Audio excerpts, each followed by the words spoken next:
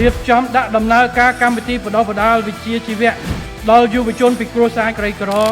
និងគ្រួសារងាយរងគ្រោះដែលយើងគោលដៅ1,500,000 នាក់ បន្ទាប់ពីរៀនចប់ខ្ញុំទទួលបានការងារមកកន្លែងនៅហាងកាហ្វេមួយបង មានជំនាញប៉ុណ្ណេះជីវិតខ្ញុំវាអត់អីហេលហាលអីទៀតទេពេលខ្លះតម្លើងម៉ាស៊ីនជែកទៅយកស្ពាន់មួយថ្ងៃអីបាន100ជាងដែរវគ្គបណ្ដុះបណ្ដាល1,500,000ធ្វើឲ្យជីវភាពខ្ញុំបានផ្លាស់ប្ដូរបុគ្គលិកដែលឆ្លងកាត់ការបណ្ដុះបណ្ដាលពីកម្មវិធីរបស់ TVET គឺគាត់មានគុណភាពនិងគុណតម្លៃ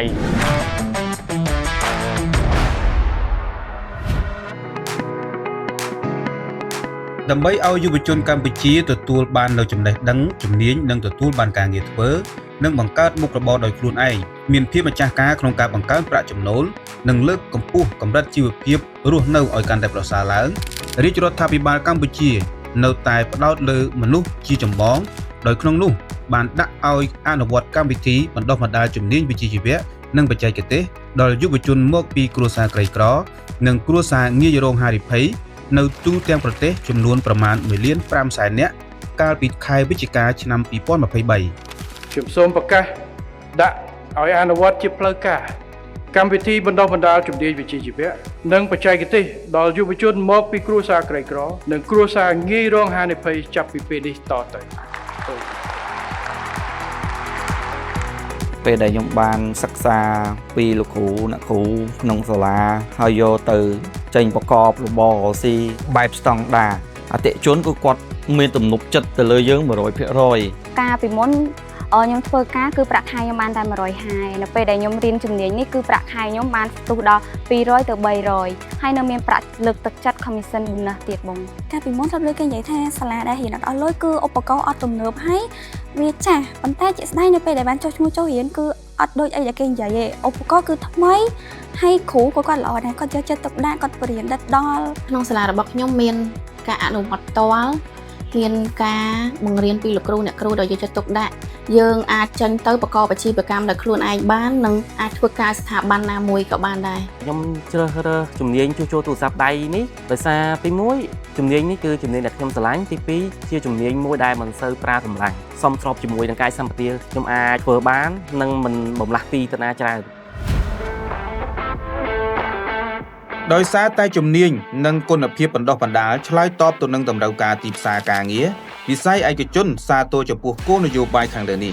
កន្លងមកឧទាហរណ៍នៅក្នុងជំនាញមួយដែលអត់ទាន់មាន TVET ដែលពាក់ព័ន្ធនឹង TVET នេះយើងរើសមកយើងប្រើពេលច្រើនក្នុងការរៀនបណ្ដុះបណ្ដាលគាត់ថែមនៅសាលាគាត់រៀនទ្រឹស្ដីច្រើនជាងការអនុវត្តដល់ពេលតាមរយៈកម្មវិធី TVET ទាំងទ្រឹស្ដីទាំងការអនុវត្តគឺបានច្រើន បុគ្គលិកដែលឆ្លងកាត់ការបណ្ដុះបណ្ដាលពីកម្មវិធីរបស់ TVET គឺគាត់មាន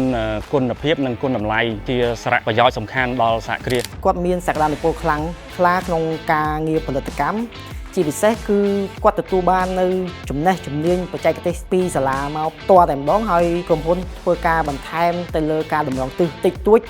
ក្នុងនាមអាជ្ញាធរមូលដ្ឋានលោកហៃសុខធីមចៅសង្កាត់សំរោងក្រោមខណ្ឌពោធិ៍សែនជ័យបានសម្ដែងក្តីរីករាយដោយឃើញថាយុវជននៅក្នុងមូលដ្ឋានរបស់លោកមានជីវភាពកាន់តែប្រសើរឡើងបន្ទាប់ពីមានជំនាញមួយប្រចាំជីវិត ខ្ញុំសូមអរគុណដល់រាជរដ្ឋាភិបាលកម្ពុជាបានបង្កើតគោលនយោបាយដ៏មានសារៈសំខាន់នេះដែលជួយ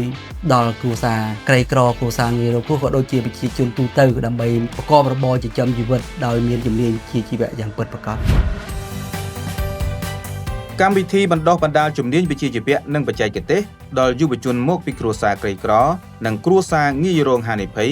បានផ្ដល់ការបណ្ដុះបណ្ដាលនៅមុខជំនាញអាទិភាពចំនួន45មុខជំនាញនៅតាមគ្រឹះស្ថានអប់រំបណ្ដុះបណ្ដាលបច្ចេកទេសនិងវិជ្ជាជីវៈក្រមអាវ៉ាត់ក្រសួងបានចូលរួមយ៉ាងសកម្មក្នុងការបណ្ដុះបណ្ដាលដោយម៉ោងសិក្សាមានភាពបត់បែនដែលសិស្សអាចរៀនបានគ្រប់ពេលដោយមាន7វេនផ្សេងៗគ្នា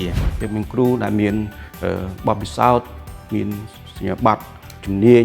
ត្រឹមត្រូវតាមឯកទេសមួយៗមានរោងជាងយើងមានបន្ទប់អនុវត្តគ្រប់ជំនាញទាំងអស់ដែលអាចបង្កលទ្ធភាពឲ្យសិស្សរបស់យើងនឹងមានសមត្ថភាពគ្រប់គ្រាន់ក្រោយពីការបណ្ដុះបណ្ដាល បច្ចុប្បន្ននេះវិទ្យាសាស្ត្រជាតិ ហុបច្ចេកទេសកម្ពុជាបានចូលរួមចំណែកយ៉ាងសកម្មនៅក្នុងការបណ្ដុះបណ្ដាលអ្នកបច្ចេកទេសកម្ពុជាតាមកម្មវិធីរបស់រាជរដ្ឋាភិបាល 1.5M ហើយអ្នកបច្ចេកទេសទាំងអស់នឹងទៅធ្វើការនៅតាមរោងចក្រសហគ្រាសក្នុងប្រទេសផងហើយមានទៅធ្វើការនៅក្រៅប្រទេសផងដែរ យើង